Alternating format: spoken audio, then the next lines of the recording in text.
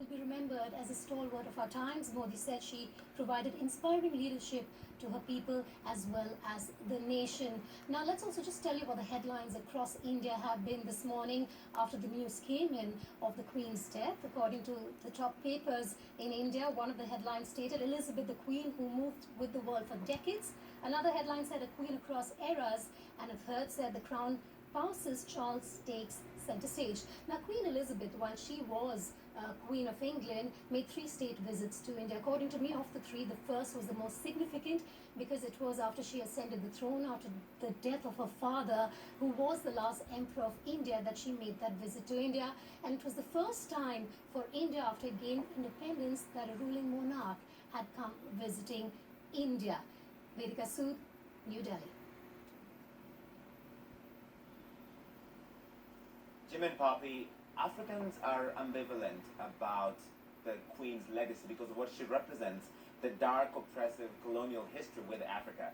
Britain was in charge of much of Africa for about 100 years until empire collapsed. And the well-curated narrative, the fairy tale, is of a young Elizabeth vacationing in Kenya. She went up the treetops, a princess, and came down a queen. That was in 1952.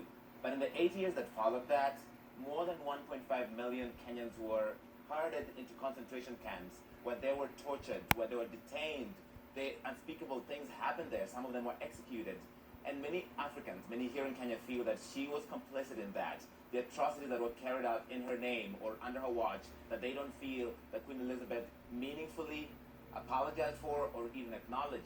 But you see some critical statements, such as this one from the official opposition, the opposition party in South Africa, the Economic Freedom Fighters, that said, "We do not mourn the death of Elizabeth because to us, her death is a reminder of a very tragic period in this country and Africa's history. During her 70-year reign as queen, she never once acknowledged the atrocities that her family inflicted on native people that Britain invaded across the world. If there is really life and justice after death, may Elizabeth and her ancestors get what they deserve." But many African leaders have been almost united in their glowing tributes to Queen Elizabeth. I want to read you this from President Muhammadu Buhari of Nigeria that talked about his sadness on learning about the passing of Queen Elizabeth at the end of her unique and wonderful 70-year reign. She was the only British sovereign known to 90% of her population. And to use the slang of the time, President Buhari has been racialized for that, a lot of criticism for ignoring the dark colonial history even in Nigeria. I'm Larry Medowo in Nairobi.